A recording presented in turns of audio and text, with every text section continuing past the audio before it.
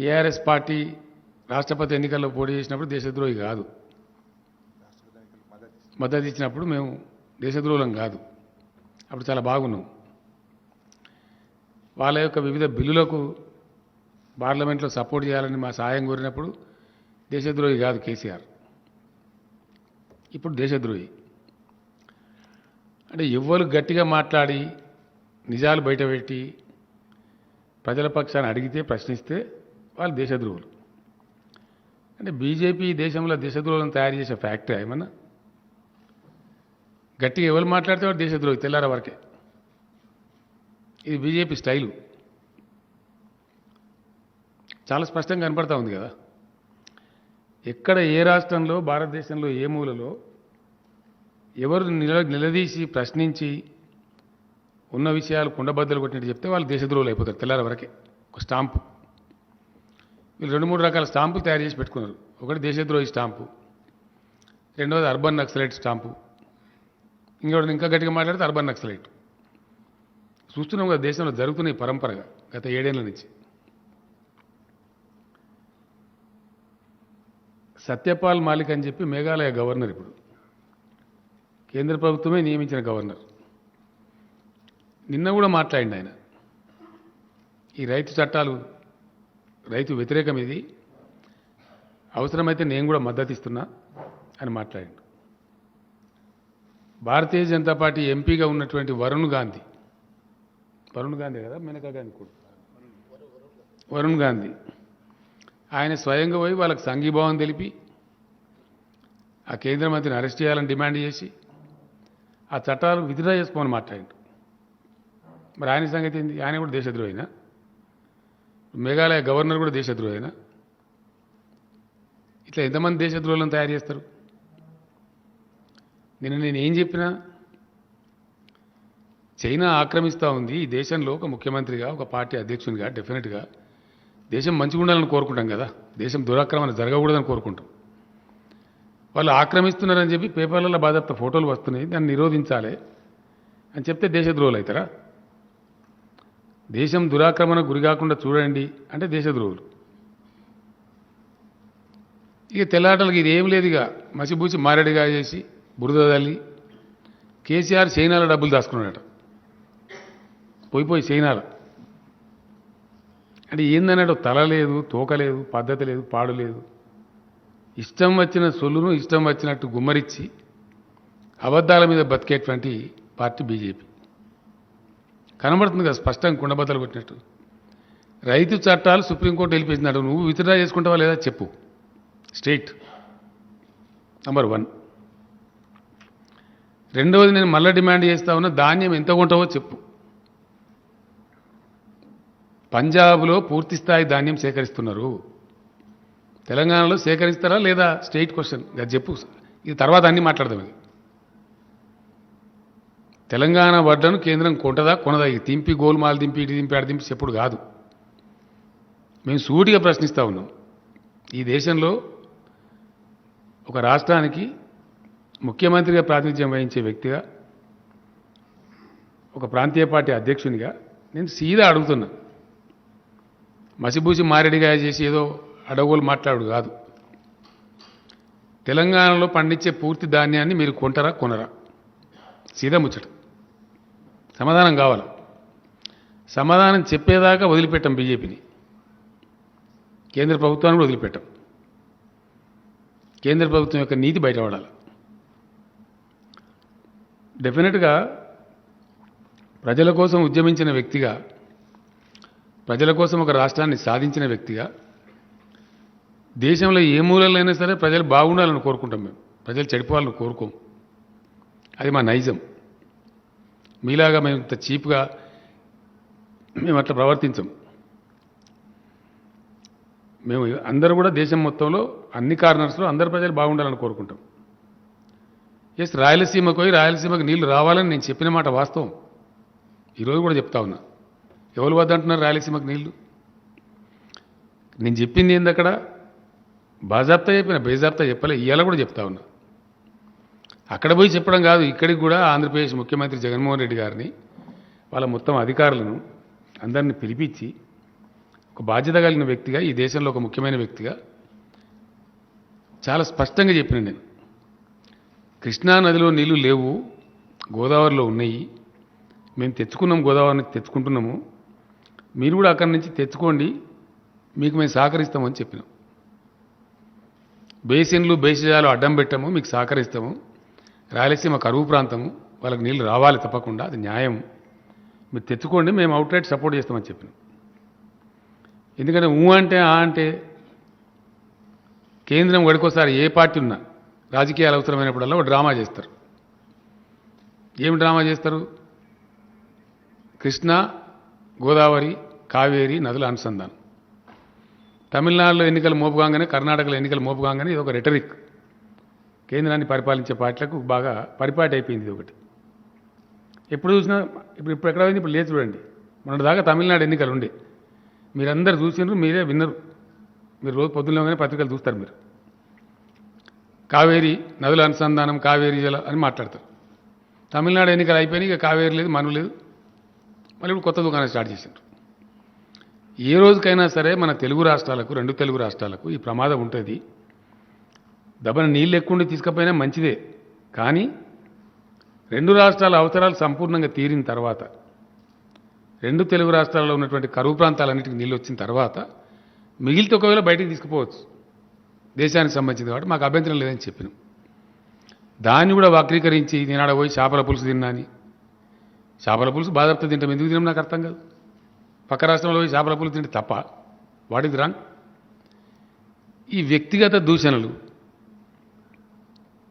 ఇవి నేను 20 ఏళ్ళ నుంచి చూస్తాను ఈ రాష్ట్రంలో.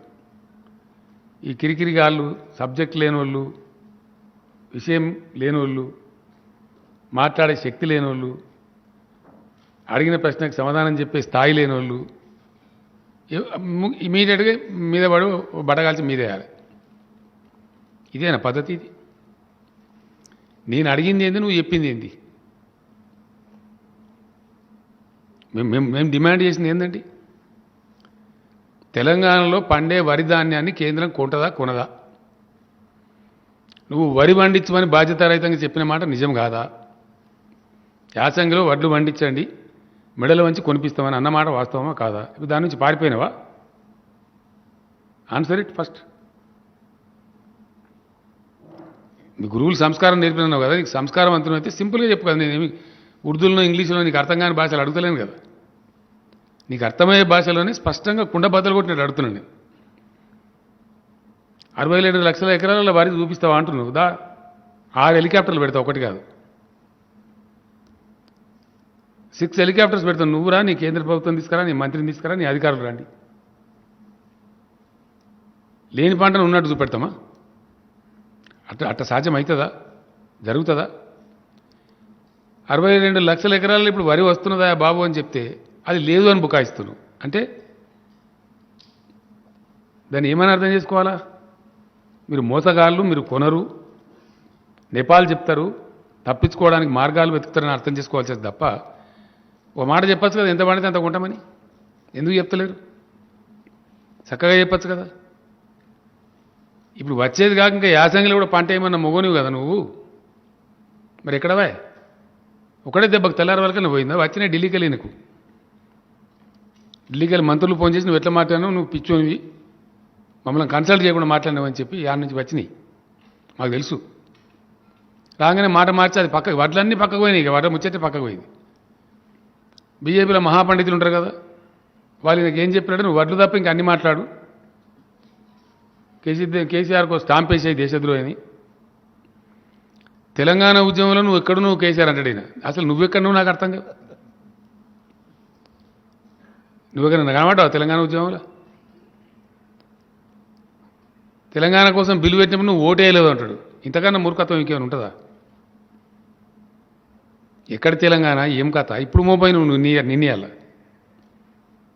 తెలంగాణ ఉద్యమం చేసినా నీ ఊసెక్కడిది, నీ అడ్రస్ ఎక్కడిది, అసలు నువ్వు ఇవ్వని తెలిసి రాష్ట్రంలో గుడ్డు ఎక్కడిది? గుడ్డు కూడా లేదు, గుడ్డచ్చి పిల్లలకి దాని సామెత కలవది. అసలు నీ పత్తనం లేదు కదా, నువ్వు ఎవరో తెలియదు, ఈ దేశానికి తెలియదు, ఈ రాష్ట్రానికి తెలియదు. నిన్నెలా వచ్చి నేను ఏదో చెంగడ బింగడ దుంకుతా అంటే నడవదు. నేను అందుకే నిన్న మీకు కూడా చెప్పిన కదా, నేనే మాట్లాడతా డైరెక్ట్, ఇప్పుడు మధ్యలో ఇంకా పిలిపరేది లేకుండా వీళ్ళ కథ తేల్చేదాకా నేనే డైరెక్ట్గా మాట్లాడతా ప్రతిరోజు. వదిలిపెడతాం అనుకుంటారు, వదిలిపెట్టాను, క్వశ్చనే లేదు. ఎవ్రీడే ఉంటుంది కేసీఆర్ ప్రెస్ కాన్ఫరెన్స్, అడుగున ఉంటుంది. ఎస్, ఈ రాష్ట్రం మీద పడి తోడేళ్ల మంద మీద పడేట్టు పడి ఆగం దింపుతామంటే గ్యారెంటీ చేస్తామంటే నడవని ఇయ్యం. ఎట్లా నడవనిస్తామండి? మేము కాపలాదారులం. తెలంగాణకు నువ్వు ఏం చేసినావో చెప్పుంటాడు ఈ మగోడు. సామెత ఉన్న తెలంగాణలో హనుమంతుని గుడి లేని ఊరు లేదు, టీఆర్ఎస్ ప్రభుత్వ సంక్షేమ కార్యక్రమం అందని ఇల్లు లేదు అని. ఎస్, ఏదో సంక్షేమ కార్యక్రమం ప్రతి ఇంటికి చేరుతూ ఉంది. అది బియ్యం కావచ్చు, పెన్షన్ కావచ్చు, కేసీఆర్ కిట్ కావచ్చు, కళ్యాణ లక్ష్మి కావచ్చు, రైతు బంధు కావచ్చు, రైతు బీమా కావచ్చు, ఉచిత కరెంటు కావచ్చు, మిషన్ భగీరథ మంచినీళ్ళు కావచ్చు. నీ ఇంటికి కూడా వస్తున్నాయి కదా మిషన్ భగీరథ మంచినీళ్ళు. మిషన్ భగీరథ మంచినీళ్ళు అందని ఇల్లున్నదా తెలంగాణలో? అది సంక్షేమ పథకం కాదా? ఇంకోటి సిగ్గుమాలిన మాటలు ఏంటంటే బాధ కలిగేది, దేశాన్ని నడిపి కేంద్రాన్ని పాలించేటువంటి ప్రభుత్వం యొక్క పార్టీ అధ్యక్షుడు నిస్సిగ్గుగా కనీసం ఏమనుకుంటారు నవ్విపోదురుగాక నాకేం సిగ్గు అన్నట్టుగా గోల్ర పైసలు మేమే ఇచ్చినాం, ఇస్తున్నావా? నువ్వు ఇచ్చినావా? రుజువు చేస్తావా? గొర్రెల పైసలలో నీది ఏ కాన ఉన్నా నేను ముఖ్యమంత్రి పదవికి 1 నిమిషంలో రాజీనామా చేస్తా. నేషనల్ కోఆపరేటివ్ బ్యాంక్ అని ఒకటి ఉంటుందండి, ఎన్సిడిసి అంటారు దాన్ని. దాని నుంచి మేము అప్పుగా తీసుకున్నాం గొర్రెల పథకానికి, వడ్డీతో సహా తిరిగి కడుతున్నాం. దానికి నువ్వు ఇచ్చిందేమో తోక, నాకు అర్థం కాదు. ఇన్ని అబద్ధాలు చెప్తారా? ఇంత గోల్మాలు ఉంటుందా? ఇంత అన్యాయం ఉంటుందా? ఇంకోటి ఏంటంటే మరి నీ బీజేపీ పాలితే ఒక్క రాష్ట్రంలోనే ఎందుకు తెలుగు? ఇంతకని ఇక గొప్ప పథకం ఉండాలి కదా. మీ పార్టీ పాలసీ అంత గొప్పదైతే బీజేపీ పాలిత రాష్ట్రాలలో ఒక్క రాష్ట్రంలో మీరు 2000 పెన్షన్ ఇస్తున్నారా? ఎందుకు ఇవ్వరు? ఒక్క రాష్ట్రంలో షాదీ ముబారక్ కానీ కళ్యాణ లక్ష్మి కానీ పథకం ఉందా మీరు పరిపాలించే రాష్ట్రాలలో? ఎందుకు లేదు? అంటే మేము పనులు చేయము, పెట్రోల్ ధర పెంచిన ఎందుకు పెంచినంటే తక్కువ కావాలంటే ఆఫ్ఘనిస్తాన్ పోండి, పాకిస్తాన్ పోండి, ఇదా భాష. పెట్రోల్ ధరలు ఎందుకు పెంచుతారా అని చెప్పి ప్రజలు ఇంకోలో అడిగితే తగ్గాలంటే వాళ్ళు మీరు అటు పోండి. ఇంకేం చెప్తారు? ఉచితాలు ఇచ్చి మీరు సోమరిపోతులను చేస్తున్నారు ప్రజలు. మేము సోమరిపోతులను చేస్తున్నామా? ఎక్కడ సోమరిపోతులు అయినా ఎవరిని సోమరిపోతులను చేసినాం మేము? అంటే పొంతన లేని ఒకటే లెక్క, ఇక రొడకొట్టుడు, బిత్తిరిగత్తర మాట్లాడు.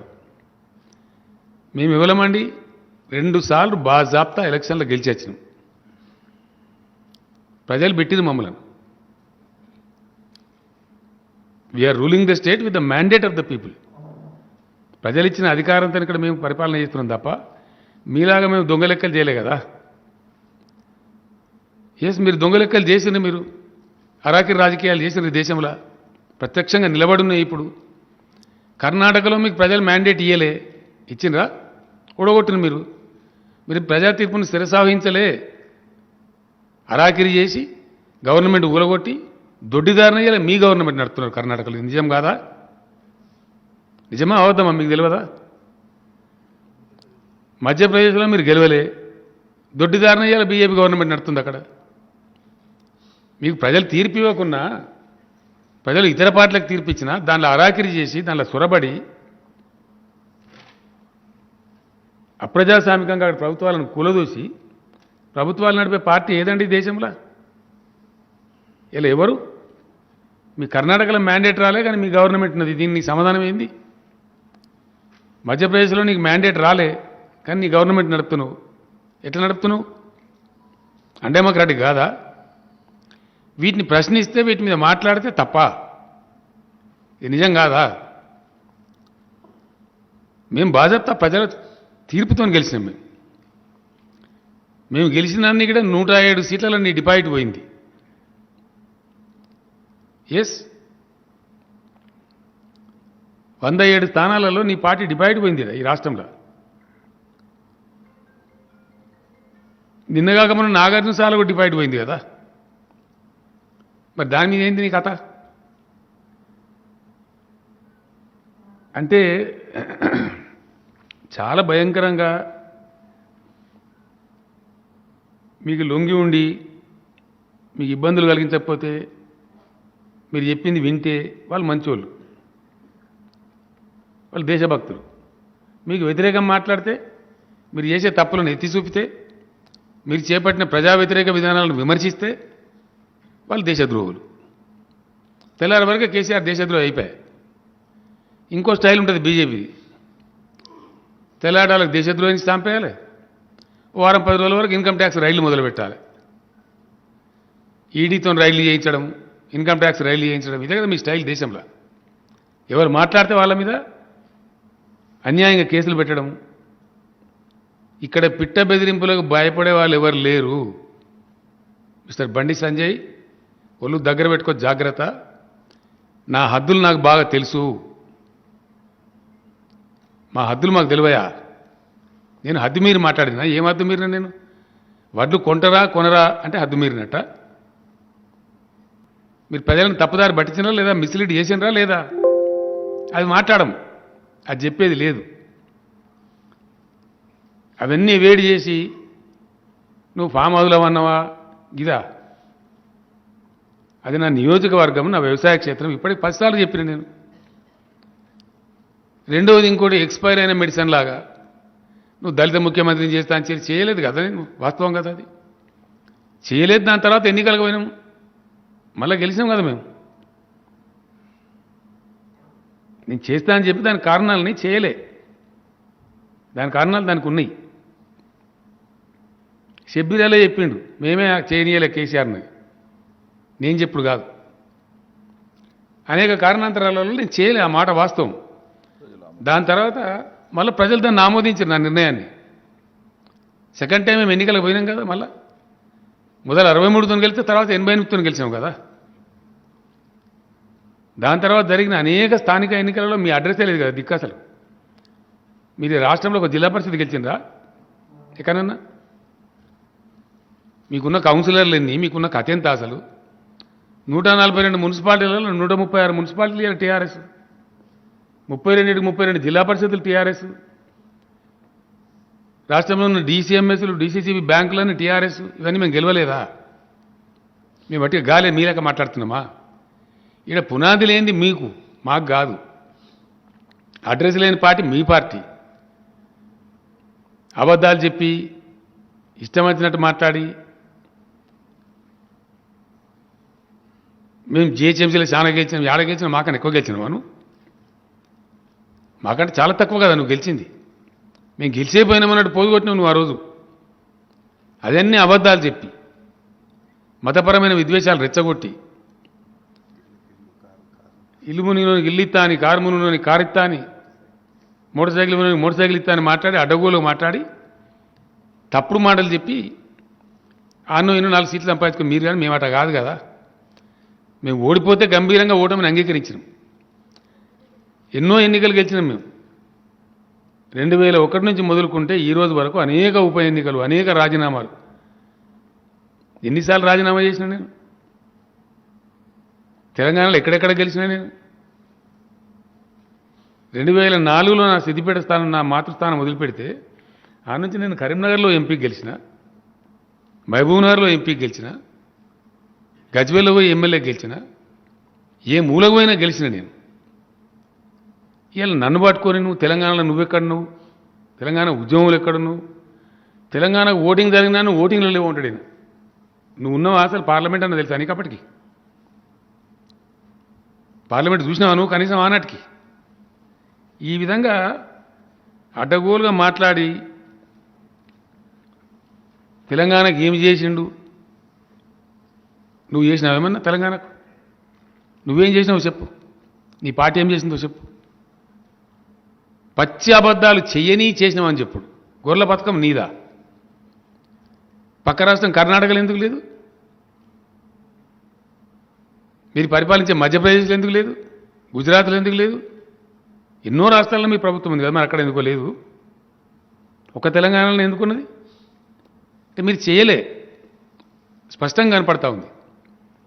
అన్నింటి మించి నేను నిన్న ఒక క్వశ్చన్ అడిగిన, మీరు ఏ వర్గం ప్రజలకు మేలు చేసిండ్రు ఈ దేశంలో? ఏ ఒక్క జాతి కన్నా మీరు మేలు చేసిండ్రా?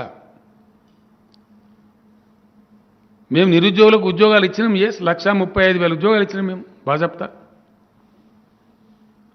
ఇయ్యబోతున్నాం, ఇంకో 78,000 మందికి ఇయ్యబోతా ఉన్నాం. దీనిక మేము అనవసరం గోల్మాల్ మాటలు చెప్పాం కదా, ఎవడో ఏదో మాట్లాడతారు కాదు కదా మేము చెప్పేది. మాకు బాధ్యత ఉంది, ఈ రాష్ట్రాన్ని తెచ్చినాం, ఈ రాష్ట్రాన్ని అన్ని రకాలుగా సవరించాలి. దానికోసం ఏం చేసినాం, మేము కొత్త జోనల్ చట్టం తెచ్చినాం.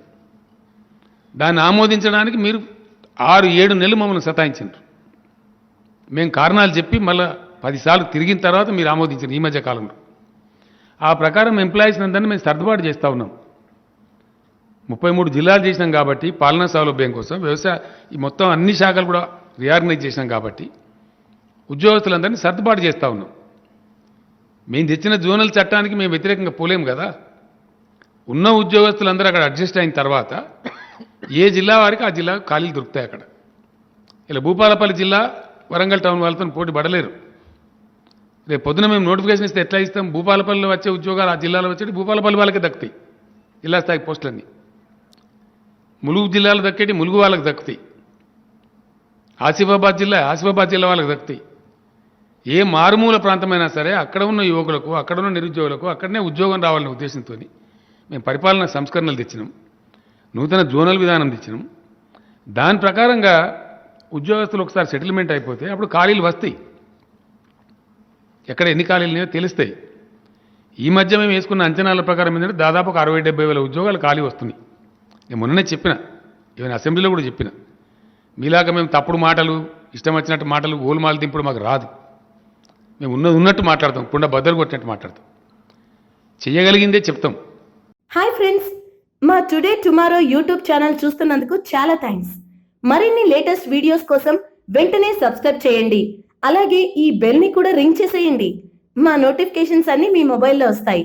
అలాగే మా వీడియోస్ మీకు నచ్చితే లైక్ చేయండి, షేర్ చేయండి, నచ్చకపోతే కామెంట్ చేయండి.